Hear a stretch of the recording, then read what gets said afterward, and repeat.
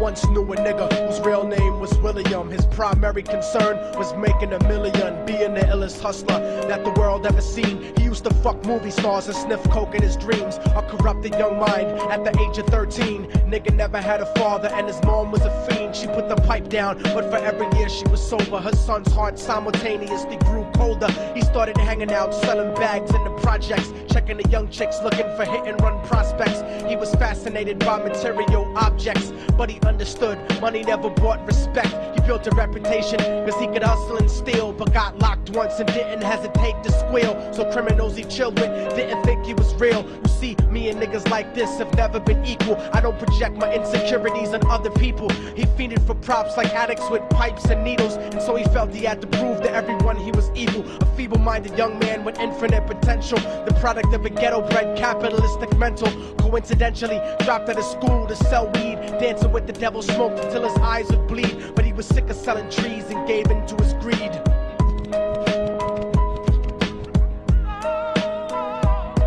Everyone trying to be trife never faced the consequences. You probably only did a month for minor offenses. Ask a nigga doing life if he had another chance. But then again, there's always the wicked that knew in advance. Dance forever with the devil on a cold cell block. But that's what happens when you rape, murder, and sell rock. Devils used to be gods, angels that fell from the top. There's no diversity because we're burning in the melting pot.